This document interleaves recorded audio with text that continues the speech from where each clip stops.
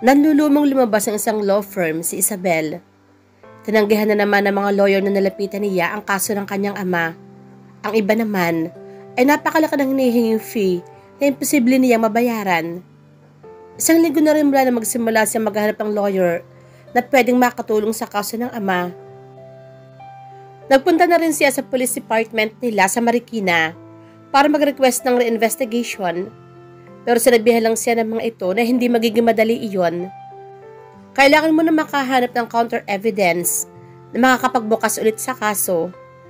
Hindi na alam ni Isabel ang gagawin. Pagod na siya. She had no knowledge about these things. Kahapon, binisita niya ang ama sa Bilibid. Pero hindi pa rin siya nito kinakausap ng maayos. Sinabi lang nito, na sa sunod niyang pagbalik, dapat may lawyer na siyang kasama na magtatanggol dito. Her father was being unfair. Pakiramdam niya ay walang halaga ang lahat ng kanyang pagod para lang ito matulungan. Ang importante lang dito ay ang makalaya. Hindi nga kinakamusta ang kanyang mga kapatid. Tinignan ni Isabel ang wristwatch. May halos 2 oras pa bago ang kanyang shift sa Larson Restaurant. Malapit lang naman siya doon. Kaya naman siya nagdesisyong tumambay muna sandali sa nadaanang parke. Magpapahangin siya para kalmahin ang sarili.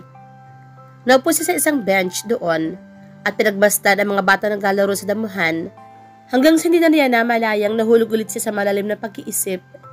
She didn't know her father anymore. Mula na mamatay ang kanyang mama, hindi ito naging ama sa kanilang magkakapatid. He became selfish. Pero sa kabila niyon, minamahal at respeto pa rin niya ang kanyang ama, kaya kahit gaano kahirap, hindi nito mapapabayaan ngayon. Ipinikiti Isabel ang kanyang mga mata. She would keep on trying. Makikita rin niya ang liwanag sa kadilimang iyon. May mahanap din siyang lawyer. May tutulong din sa kanila. Magiging maayos din ang lahat. Makalipas ang ilang sandali, tumayo na siya para pumasok sa trabaho. The whole day passed by quickly. Kahit sobra-sobra na ang kanyang pagod na nararamdaman, pinilit pa rin niyang ngumiti sa trabaho. Siya nakatoka magsara ng restaurant ngayong gabi, kaya naman nanatili siya sa staff room habang hinihintay na makauwi ang mga kasamahan. Pasado 10:00 na ng gabi, nang maubos ang tao, pero hindi pa rin siya umaalis sa kinauupuan. Hindi niya nakita kanina si Nico, kaya hindi niya alam kung nandoon iyon. Sinubukan niyang tumayo, pero agad ding napabalik sa pagkakaupo dahil sa panghihina ng kanyang mga tuhod. Sinubsob din Isabel ang kanyang mukha sa 2 kamay. She felt so tired, physically, mentally, emotionally. Hindi nito rin napigil ang mapaiyak. It was so hard to keep on smiling when she was already drained and broken inside. Namimiss na niya ang kanyang ina. Dito siya nagsasabi noon ng kanyang mga problema, ng mga hinanakit. Dito siya umiiyak at ito ang nagko-comfort sa kanya, ang nagbibigay ng lakas. Gustong-gusto na niyang magalit sa kanyang ama. Bakit ito pa ang nagbibigay ng problema sa mga anak nito? Bakit ito pa ang nagpapabigat? Isabel felt so alone in all this. Minsan naiisip niyang sumuko na. Tinatanong niya sa sarili kung tama ba na akuin ang lahat ng responsibilidad at kalimutan ang sarili. Pinunasan niya ang mga luha sa pisngi. No, she should not stop thinking negatively. Hindi siya pwedeng sumuko. May dalawa pa siya ng kababatang kapatid na umaasa sa kanya. Para sa mga ito ang kanyang ginagawa. Tumayo na siya at inayos ang uniform bago lumakad palabas ng staff room. Nagulat siya nang buksan ang pinto at makita nakatayo sa labas si Nico. Sir, kanina pa ba ito andoon? Pinakatitigan siya nito. Hindi ako makapasok dahil narinig kong may umiiyak. Ikaw pala. Iniiwas si Isabel ang tingin. Why was he always seeing her weak side? May nangyari ba? Tanong pa nito. Umiling siya. Paalis na po ba kayo? Oo. Tumungo siya dito. Isasara ko na rin ang restaurant. Hahakbang na sana siya palabas ng staff room nang iharang ni Nico ang katawan sa kanyang daraanan. Are you okay? Kaya mo bang kumilos? Tanong nito. I'm fine. Nakayuko niya ang sagot. You don't look fine to me. Kinagati Isabel ng ibabang labi, pero nangingilid pa rin ang kanyang mga luha. Kung ganoon, huwag mo na akong tingnan. Just leave me alone. Ipinagpatuloy niya ang pagkakbang palayo, pero bumigay din ang kanyang katawan. She wobbled and lost her balance. Mabuti na lang at agad siyang nasalon ni Nico. Nangihinang napasandal siya sa katawan nito. She didn't want to look weak in front of anyone. Pero ilang araw na rin siyang walang maayos sa tulog, pati kain. Napasingap siya nang maramdaman ang biglang pagpangko sa kanya ni Nico. Napatingin siya sa mukha nito. Nagsasalita pa sana siya para magpababa, pero naglakad na ang lalaki papasok sa loob ng staff room. Maingat siya nitong pinaupo sa isang couch. Tumayo lang si Nico sa kanyang harapan. Binaba niya ang tingin na maramdaman ng pag-iinit ng mukha. Bumilis din ang tibok ng kanyang puso. Ayos lang kung hindi mo sabihin kung ano nangyari, sabi ni Nico. Seryoso. Huwag mo nang pilitin ang sarili mo kung pagod ka na. Magpahinga ka na muna dito. Mahabang sandaling nakatitig lang si Isabel sa mga kamay na nasa kantungan. Sinulipan niya ang lalaki na naupo sa gilid niya. Was he going to stay there? Hindi pa ba ito aalis? Silence filled the room. Nang hindi na niya matagalan ang katahimikan, ay tumayo na siya. Noon lang tumingin sa kanya si Nico. Ayos na ako. Pasensya ka na. Hatid na kita pa uwi. Alok nito, saka tumayo. Base sa iyong itsura ngayon, imposibleng makarating ka sa inyo na maayos. Hindi na siya nakatanggi na maunang lumabas si Nico sa staff room. Napabuntong hininga siya. Halatang-halata na ba ang pagod sa kanyang mukha? Tahimik lang ang naging biyahe nila ni Nico, papunta sa kanilang bahay sa Marikina. Nagtaka pa siya na lumabas din ng kotse ang lalaki na makarating sila roon. Okay na ako dito, sabi niya. Salamat sa paghahatid. Tumango ito. Aalis ako kapag nakapasok ka na. Nag-aalangan lumakad si Isabel palapit sa gate. Napatigil siya nang biglang may maalaala. Hindi pa nga pala na nababalik dito ang ipinalaundry na coat nito. Pumihit siya paharap kay Nico. Gusto mo bang pumasok sa loob? Tanong niya. Ibabalik ko rin yung coat na ipinahiram mo. Nakita niya ang pagkagulat sa mukha ni Nico, pero wala namang sinabi. Lumakad ito palapit sa kanya at sabay na silang pumasok sa loob ng bahay. Wala siyang nakitang tao sa sala. Tulog na siguro ang kanyang mga kapatid. It was already past midnight. Maupo ka muna, sabi niya. Gusto mo ba ng maiinom? Tumingin sa kanyang lalaki. Kumain ka na ba ng dinner? Ganti nitong tanong.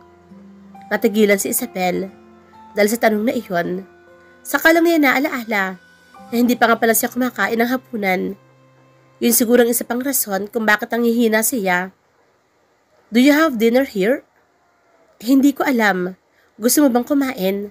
I'll check the kitchen. Nagmamadali siyang lumakad patungo sa kusina para lang makitang walang pagkain itinira ang kanyang mga kapatid. Well, hindi naman talaga sanay ang mga ito na iniiwan siya ng dinner dahil palagi siyang sa trabaho kumakain.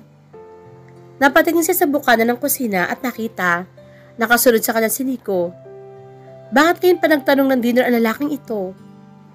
May gusto ka bang kainin? Nag-aalangan niyang tanong.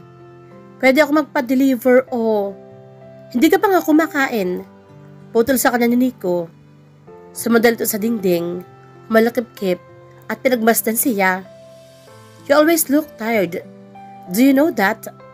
Tuwing nakikita kita, parang palagi kang wala sa sarili. Pakiramdam ko, babagsak na lang bigla. Nag-iwas siya ng tingin.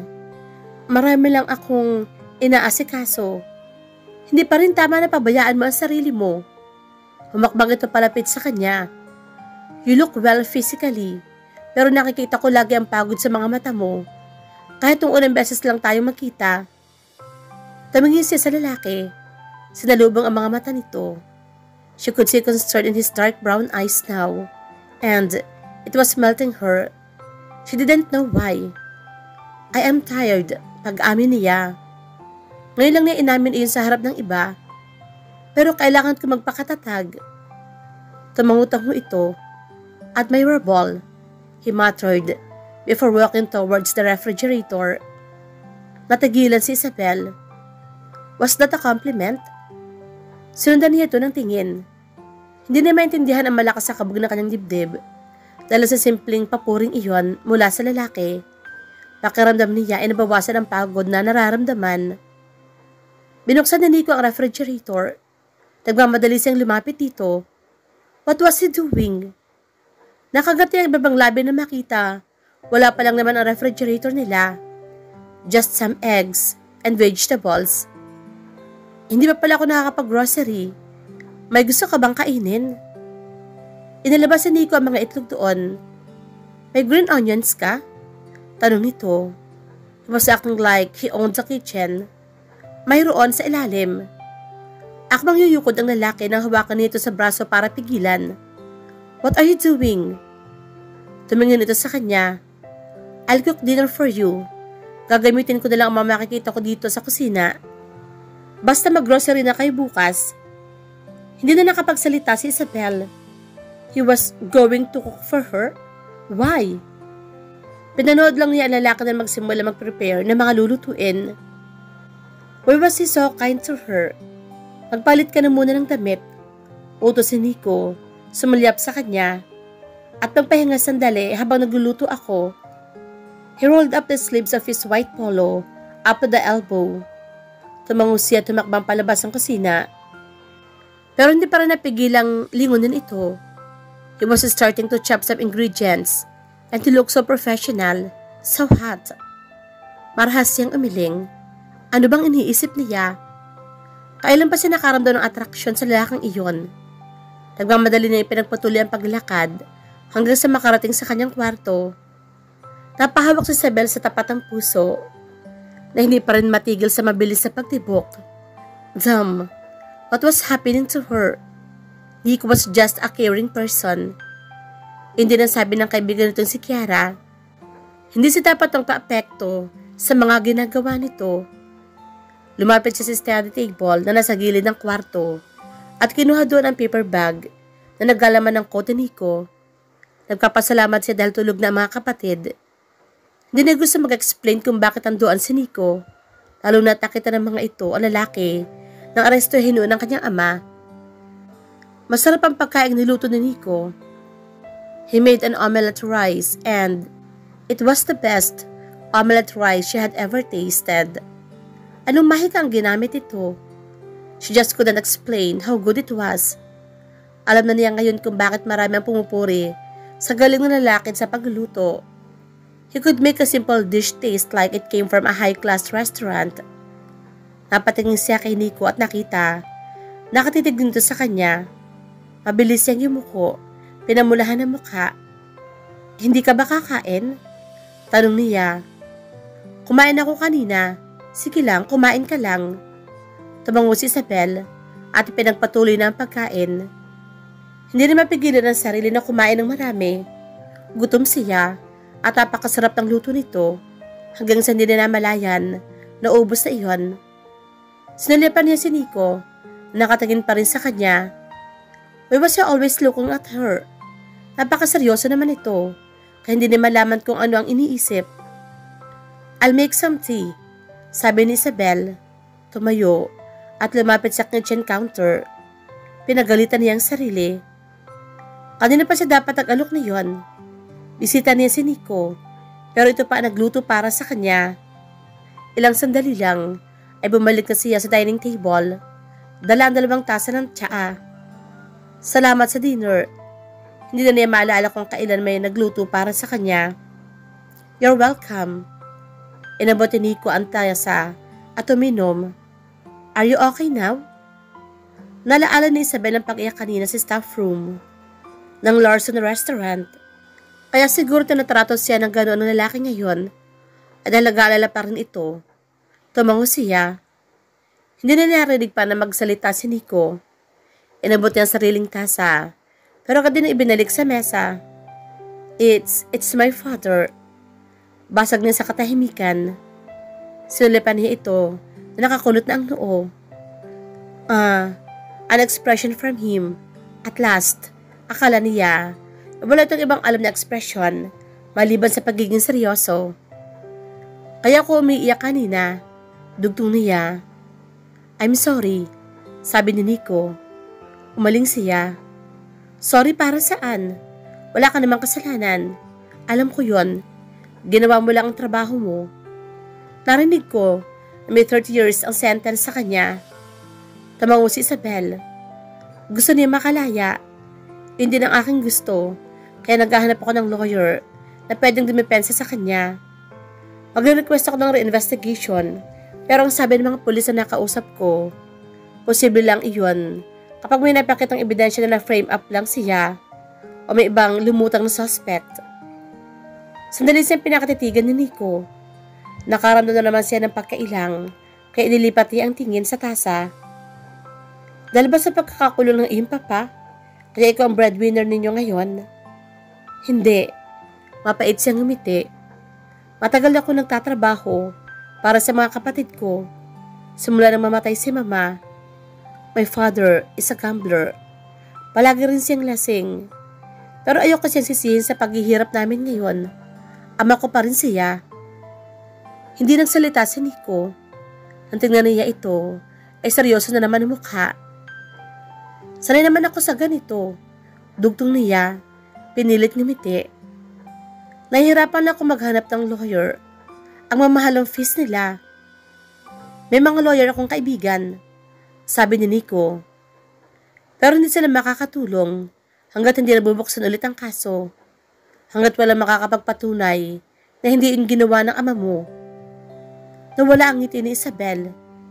Yun ang totoong mahirap.